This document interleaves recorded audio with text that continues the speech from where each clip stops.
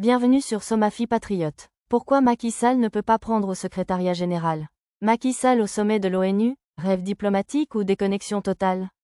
Si l'ambition de l'ancien président sénégalais ne fait aucun doute, elle se fracasse aujourd'hui sur deux obstacles majeurs. L'absence de soutien de son propre pays, et surtout une dette morale envers la jeunesse. On ne devient pas le héros des droits humains quand sa propre gouvernance reste marquée par le traumatisme des balles et des familles endeuillées. Analyse d'une candidature politiquement impossible et moralement contestable. Il y a des fonctions qui exigent plus qu'un curriculum vitae diplomatique. Il y a des responsabilités qui supposent plus qu'un carnet d'adresses international. Le poste de secrétaire général des Nations Unies n'est pas une récompense de carrière. Ce n'est ni une consolation politique ni un exil doré. C'est l'incarnation, au plus haut niveau d'une autorité morale mondiale. À ce titre, l'hypothèse d'une candidature de Macky Sall au secrétariat de l'ONU ne relève pas seulement de l'irréalisme diplomatique. Elle pose un problème de conscience. Car on ne peut prendre incarner la voix des peuples opprimés quand, dans son propre pays, des dizaines de citoyens sont tombés sous les balles lors des revendications politiques et sociales. On ne peut aspirer à défendre le droit de manifester à l'échelle planétaire quand ce droit a été, chez soi, encadré par la violence et la peur. Entre 2021 et 2024, le Sénégal a traversé l'une des séquences les plus tragiques de son histoire politique récente. Des manifestations liées à des tensions politiques majeures ont été réprimées avec une brutalité qui a choqué bien au-delà des frontières nationales. Des dizaines de jeunes Sénégalais ont perdu la vie. Des familles ont enterré leurs enfants. Des quartiers entiers ont été traumatisés. Les images ont circulé. Les rapports ont été rédigés. Les témoignages se sont accumulés. On peut discuter des responsabilités juridiques. On peut invoquer les circonstances. On peut rappeler les troubles, les violences, les affrontements. Mais un fait demeure, des dizaines de morts ont jalonné cette période. Et ces morts constituent une cicatrice nationale qui ne s'efface pas par le silence. Or, le secrétaire général des Nations Unies n'est pas un technocrate. Il est le gardien d'un principe fondamental, la protection des civils.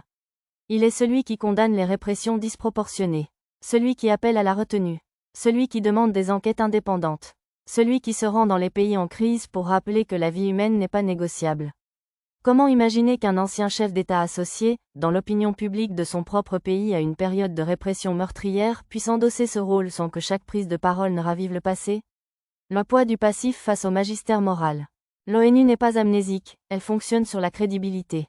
Et la crédibilité ne se décrète pas. Au-delà de la question morale, il existe une réalité institutionnelle implacable. Aucune candidature au poste de secrétaire général ne peut exister sans le soutien actif, visible et assumé de l'État d'origine. La Charte des Nations Unies est sobre, elle dit simplement que le secrétaire général est nommé par l'Assemblée générale sur recommandation du Conseil de sécurité. Mais dans la pratique, la procédure est infiniment plus politique que juridique. Les candidatures ne naissent pas d'une ambition personnelle, elles sont portées par des États. Impossible campagne sans socle national. Ce sont les gouvernements qui notifient officiellement le Conseil de sécurité. Ce sont les diplomaties nationales qui organisent les rencontres bilatérales. Ce sont les ambassades qui mènent campagne dans les couloirs de New York. Ce sont les chefs d'État et les ministres des Affaires étrangères qui plaident la cause de leurs candidats auprès des grandes puissances. Sans cette mobilisation coordonnée, il n'y a pas de candidature crédible. Il n'y a qu'une rumeur. Or aujourd'hui, Macky Sall ne bénéficie d'aucun soutien officiel du Sénégal. Le pouvoir en place n'a ni exprimé une volonté de porter sa candidature ni engagé la moindre campagne diplomatique en sa faveur. Cette absence est décisive. Un candidat non soutenu par son propre pays est perçu, au Conseil de sécurité, comme un facteur d'instabilité potentielle. Il représente une fracture nationale exportée sur la scène internationale. Il expose l'ONU à un conflit implicite avec un État membre. Aucun des 5 membres permanents n'acceptera de prendre ce risque. La diplomatie est affaire de rapports de force, mais aussi de signaux. Et le signal envoyé par l'absence de soutien national est limpide, cette candidature ne fait pas consensus. Il faut aussi comprendre la logique des grandes puissances.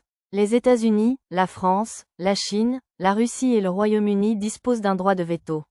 Ils ne choisissent pas un secrétaire général pour ces états de service passés seulement. Ils évaluent son acceptabilité internationale, sa capacité à ne pas susciter de controverses majeures, son aptitude à incarner un minimum d'unité. Un profil clivant est immédiatement écarté. Or, dans le contexte sénégalais récent, Macky Sall demeure une figure profondément contestée. Les épisodes de répression, les arrestations massives, les restrictions des libertés publiques ont durablement marqué l'opinion publique.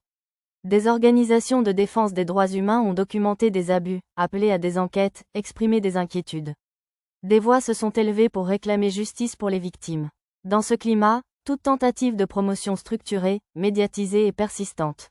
L'ONU ne peut pas se permettre que son secrétaire général arrive avec un passif susceptible d'alimenter, dès le premier jour des campagnes de dénonciation. L'institution est déjà fragilisée par les divisions géopolitiques. Elle ne s'ajoutera pas une crise de légitimité interne.